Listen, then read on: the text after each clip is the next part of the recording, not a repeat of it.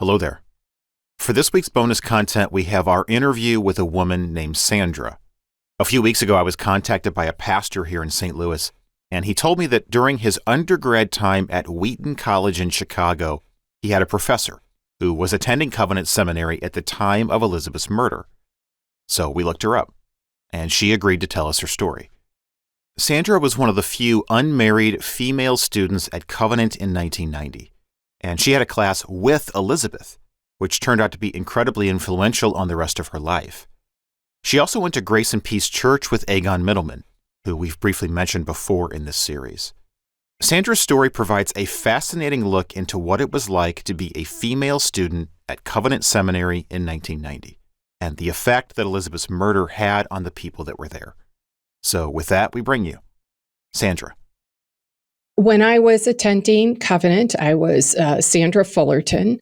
I'll just tell you a little backstory about why I was attending Covenant, because I think it needs a little backstory. I had between my graduating from high school and starting at college, I had a religious experience that I didn't really have a context for understanding, and because I was not really raised in the church. And when I got to Washington University in St. Louis, I joined, I went to an InterVarsity meeting, and I walked in the door and they said, "Oh, who are you? Why are you here?" And I said, "Well, I'm a freshman." And I had some kind of religious experience over the summer. And, everybody's eyes just lit up. And when I left that meeting, I had a discipleship partner, a prayer group, and a copy of, John Stott's Basic Christianity.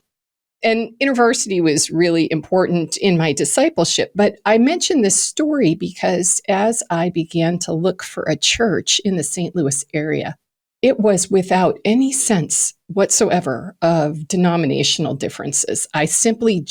I did not have that knowledge. And so I just picked a church that I liked, and I liked Grace and Peace quite a bit. I became extremely involved with Grace and Peace. I found it to be just a fantastic community. It was full of intellectuals and artists. It was really a place you could ask questions. In the great L'Abri tradition, you could ask questions and they were welcomed and people would entertain them, and you were treated with respect. And at that time, Egon Middleman was the only pastor. And I not only was involved in the church, I moved into the church neighborhood. I worked as a staff member at the homeless shelter. They did a winter shelter for homeless women. And so I was the Thursday night volunteer for 2 years. I deeply loved that congregation and my small group and Egon. And, that was just a very fruitful place for me. And I grew in my understanding of God and my faith. Now, I never joined Grace and Peace, and I never joined because I always had this kind of intellectual discomfort with some of the inconsistencies that I saw at Grace and Peace. So, for example, Grace and Peace had male elders and wouldn't have female elders, but they were sending out single women as missionaries. And that to me just seemed so inconsistent. I thought, what do you think those missionaries are doing? So I really felt uncomfortable with that. But let that be known. And then everybody's like, fine, that's why you're not joining, but you're here, you're one of us. And I was welcomed.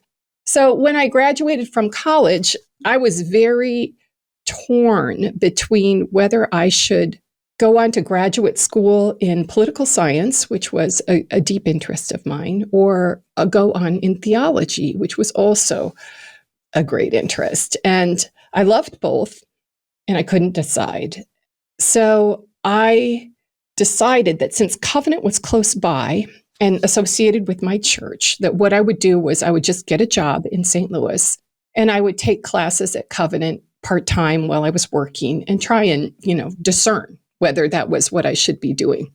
So what I did was I enrolled in the Master's in Theology program at Covenant. And let me be explicit here. I never felt any call to ministry. I never was interested in pursuing an MDiv.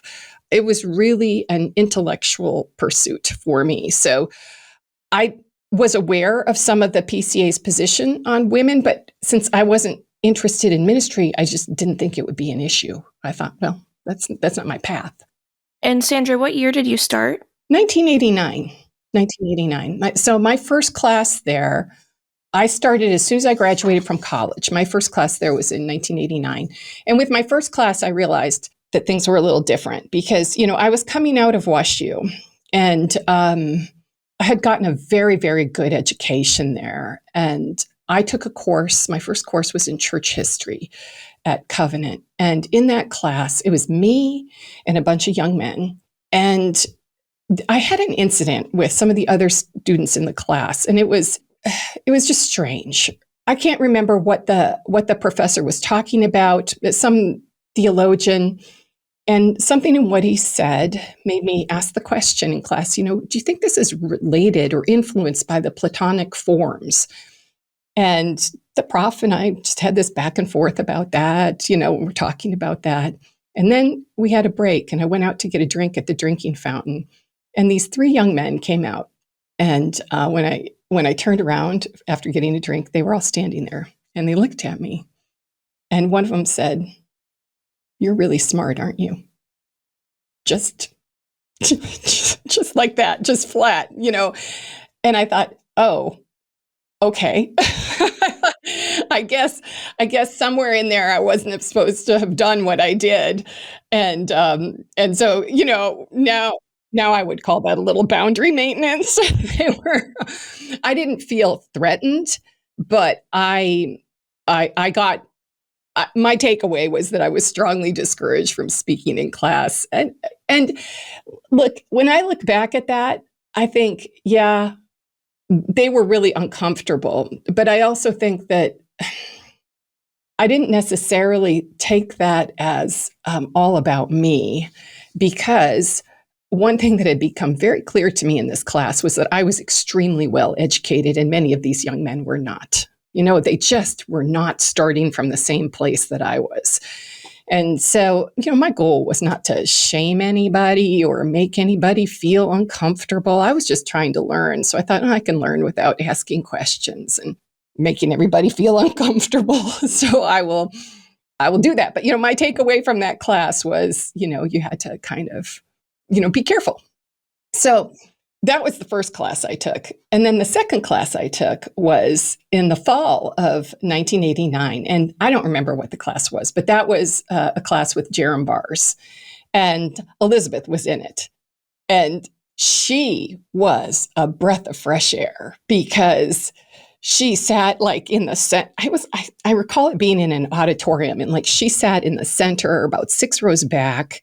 And I was sitting in the back corner, and so I could look at her while she was asking questions, and she always asked questions. And it was wonderful because she was just fully engaged, and she asked questions, she'd made comments, she engaged the prof. They had this back and forth. She was smart, she was animated, she was just so engaged in the material. And it was wonderful for me to see her doing that because my feeling was, and at this time I was 21. I was 21 and she was like 50, right? And I thought, well, maybe I read it wrong. Maybe there is this space for me to be an active learner as a woman, to be visible as a woman on this campus because she's doing it. And she really was just so engaged, so animated, the ideal student, right? I say as a professor, she was great.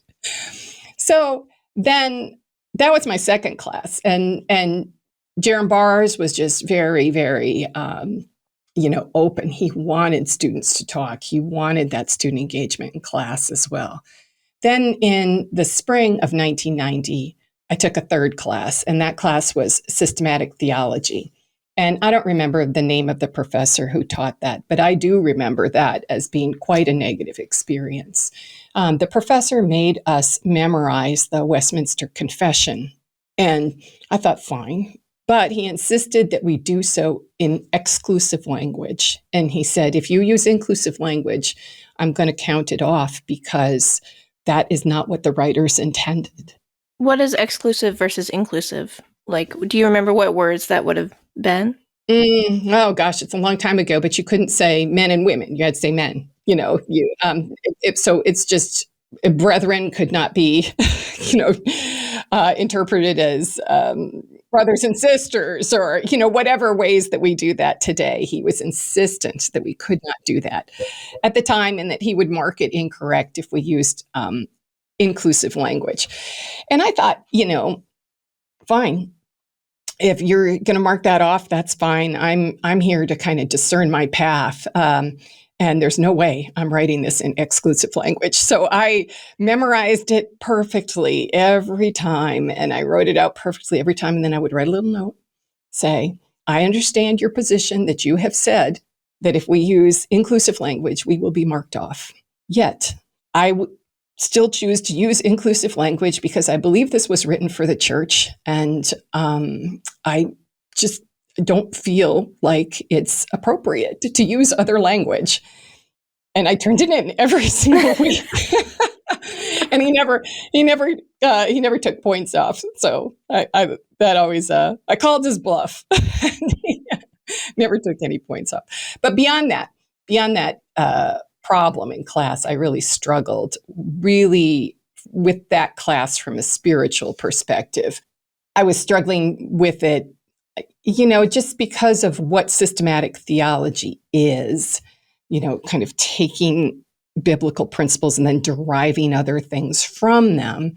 And Egon, I was really struggling with the class and what I was taking from it. And Egon Middleman, my pastor at the time at Grace and Peace, he was such a help to me. He was such a support. And while I was taking that class, I think Egon was meeting with me like every week. And I also had another former pastor in my small group, Roger, who would meet with me and talk to me about it because I was just struggling so much. And I think that semester was really instrumental in me leaving Covenant for a number of reasons. I think from a theological standpoint, it became clear to me that I do not believe in systematic theology, that I am not Reformed, right? And that came out of that class. But also, Elizabeth was killed. And that happened that semester. And after she was killed, I really did not feel safe at the seminary because I thought, oh, here I had thought things were different. But I think the reality is that my first and third class experiences were more the norm. And I also didn't feel safe because I was involved in the police investigation. And, I had the police calling me and interviewing me and asking me questions about, how I was treated on campus and how, whether anybody was calling my phone and hanging up. And that really made me uncomfortable because here I was trying to discern my path in life.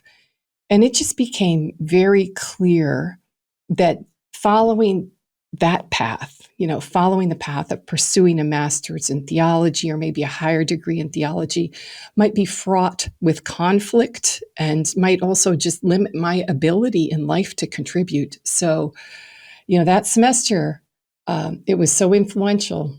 I left Covenant. I went to Los Angeles and I started a graduate program in political science the next fall. Wow. That sounds like so much to work through as a, 21, 22-year-old. When you decided, do you remember deciding that you needed to leave? Like, what did that feel like?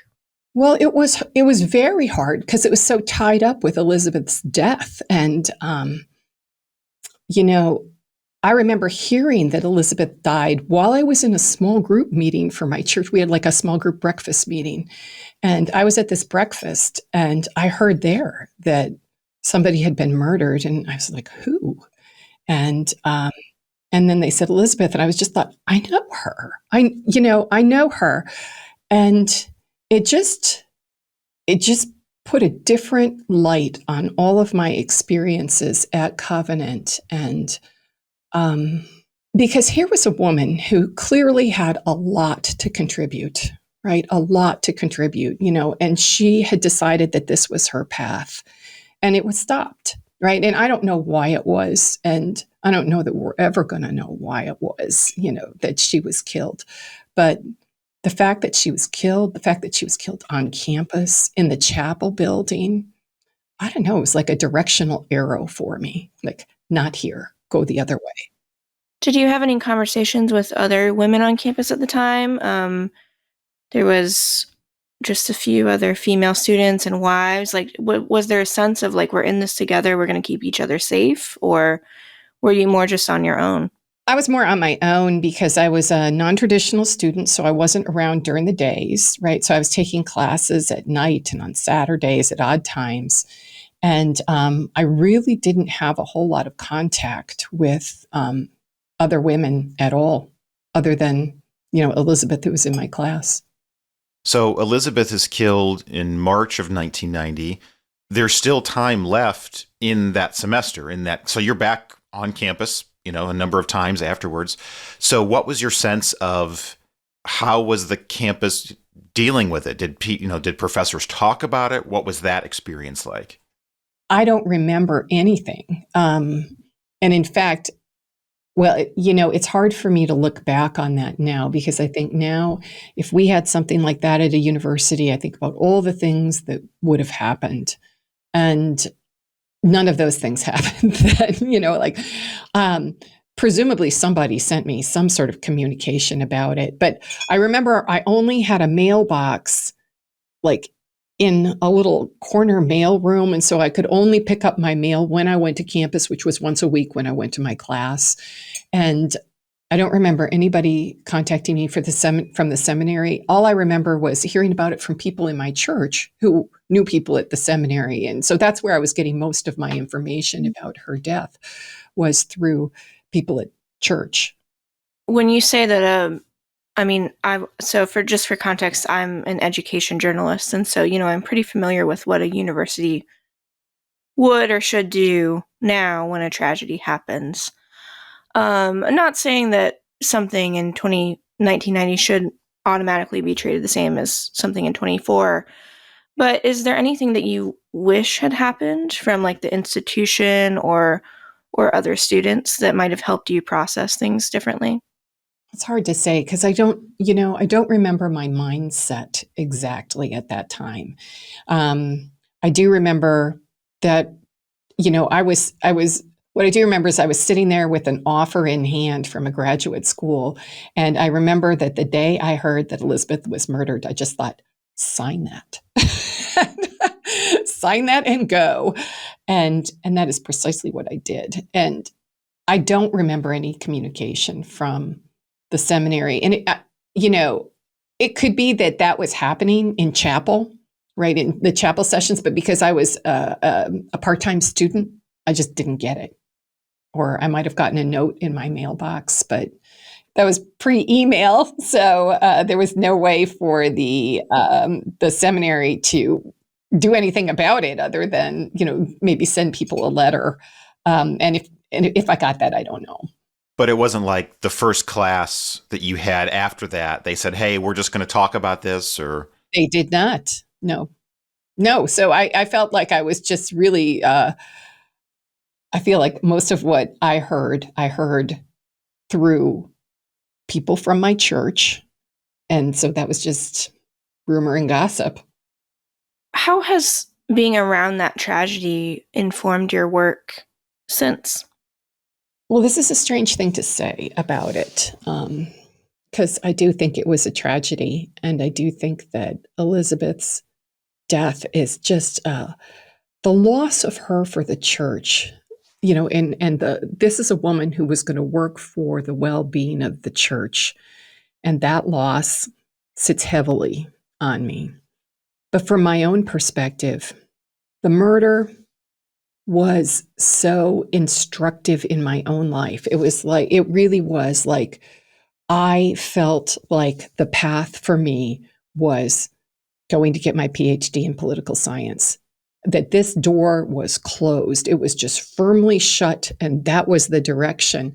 And that sense of direction that came out of the murder really helped me get through what was an extremely difficult graduate school experience. And a lot of people just took years to complete. And I was like, nope, this is what I should be doing. This is where I have been directed by God. And so I'm going to finish this.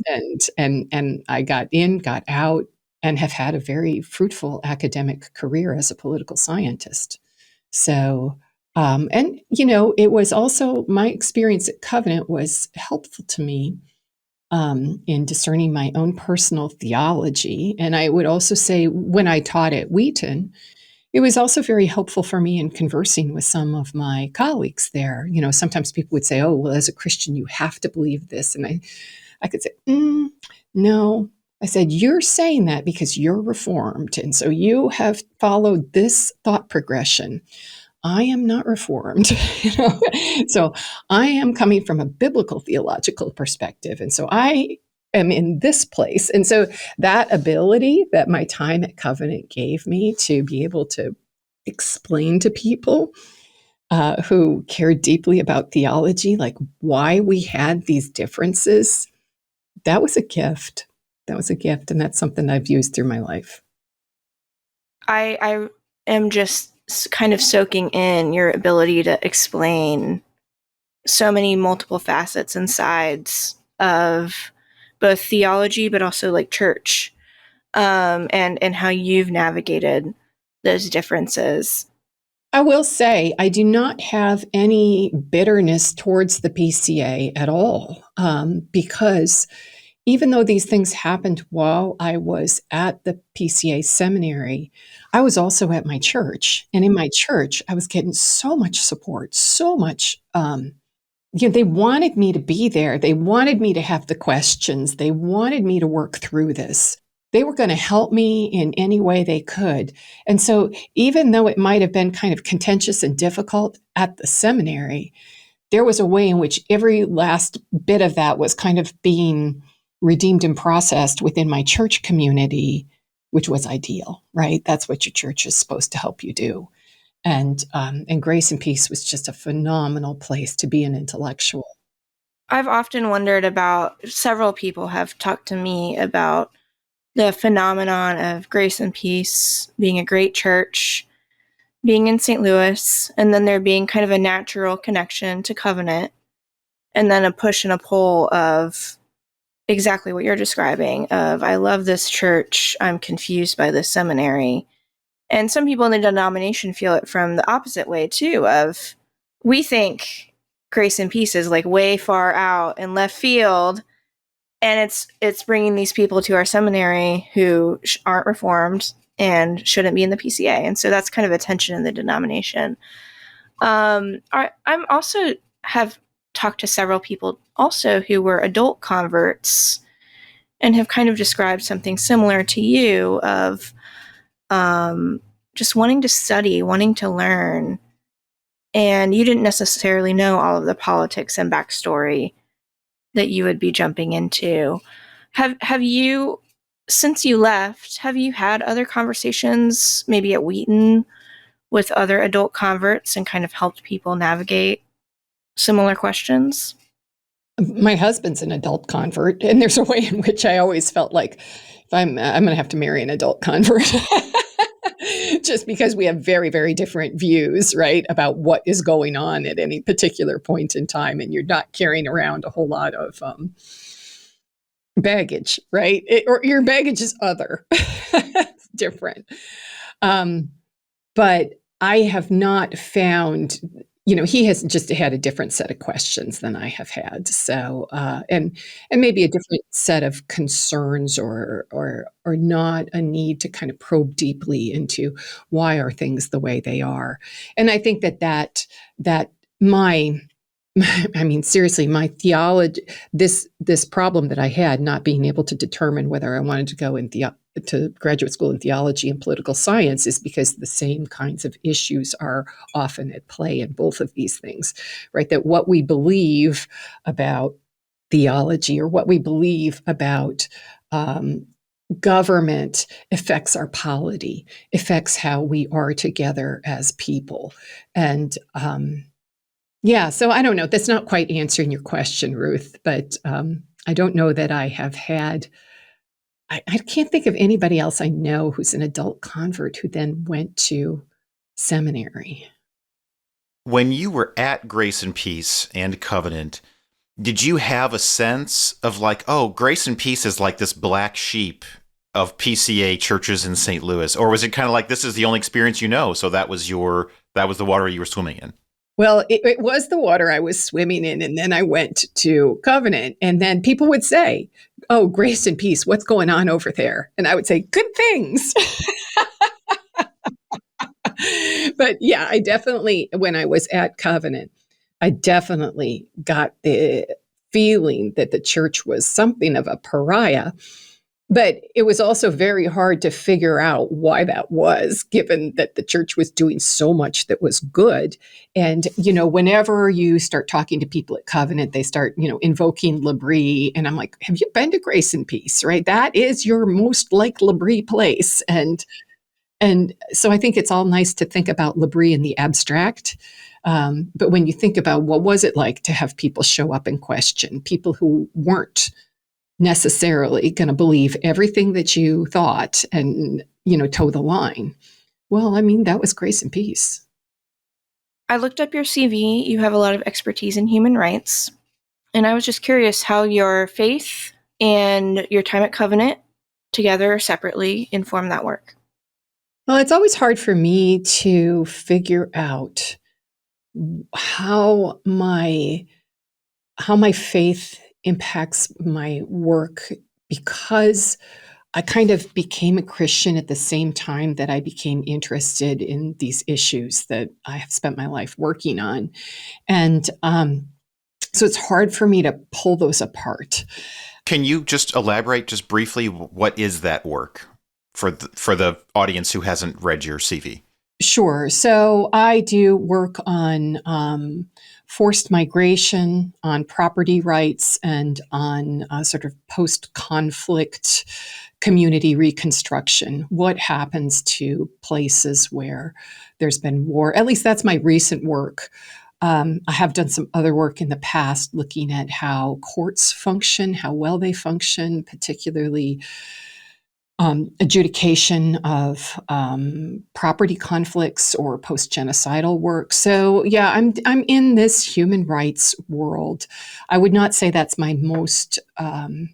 My work definitely lines up with that. I would say that I'm a political economist, that I study property rights and post-conflict reconstruction. So less about the conflict itself and more about society afterwards, And how do you go putting the pieces back together? So, but I do think that that's impacted by my faith. Yeah, I do, because I'm and perhaps also by the Reformed tradition, right? The idea that our lives should be spent making things new, reforming them, making systems better. That's more Reformed than it is necessarily Anabaptist, my current tradition. So maybe I have been significantly influenced. I don't know. I also have a great deal of dear friends, a number of dear friends who are Reformed and talk to me about it all the time. So it's hard to sort of pull apart their influence on my life from that of Covenant. Well, thanks for entertaining the question. But I saw Kosovo and I saw Uganda and I think Rwanda, and I just thought it was fascinating. So thanks for sharing. TJ, is there anything else that y'all talked about that we should bring in? There was one, you mentioned something about a story of that systematic theology class, something about, and because the word prelapsarianism stood out to me. Oh, okay. Yes, I will. I'll tell you the story, and then you can figure. I didn't realize I told you that story. Yeah, that in my systematic theology class, one of the things that was pretty influential in my decision, in my understanding that I just was not Reformed and that I simply did not accept systematic theology, was that the professor was talking about the fall, and he said, he was talking about prelapsarianism, and he says, your belief about this is just as important as your belief in Christ. And I thought, no, no, no, no. And how have you gotten yourself into this place? I just thought. For anybody who's made it this far and doesn't know what prelapsarianism is, can you give a sentence?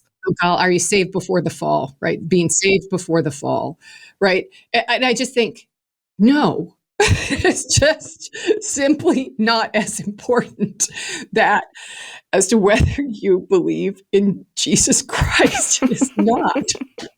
And that was when it was actually talking to Egon about that. And Egon and I think at that point we had like a regular meeting. Like I would go to class, and then the next day I would go and talk to Egon. I would say, Egon, what the heck? How could this be? And Egon said, well, Sandra, maybe you just don't believe in systematic theology. But for me, that was a little bit of a revelation, right? Because I didn't know. I didn't know that there were other options. I sort of thought that that's what I had to be. And Egon said, no, you could believe in biblical theology and just not believe that you can draw any of these other secondary conclusions. And it was like, oh, it's like a wave of peace rolling over me, thinking, okay, good. So I'm still okay, even though I don't believe in any of this.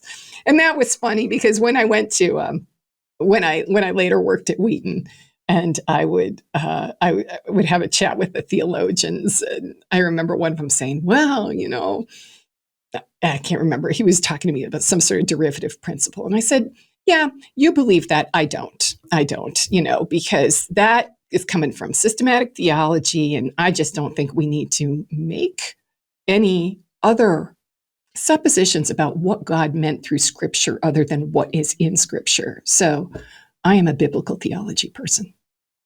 Well, this has been a fantastic conversation. Thanks for bringing me into it, both of you.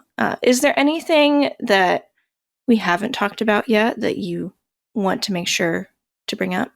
No, I would just, repeat the fact that in my own life, although this was a terrible event, and although I would not attend a PCA church, I don't really bear any ill will against the PCA, because when I think about the PCA, I also think so much about my precious brothers and sisters at that church. And so while my experience at Covenant was negative, my experience in the church was so positive that it grabbed me and kept me in the faith. And I think insulated me from Elizabeth's murder being more influential in my life, or pulling me away from the faith somehow.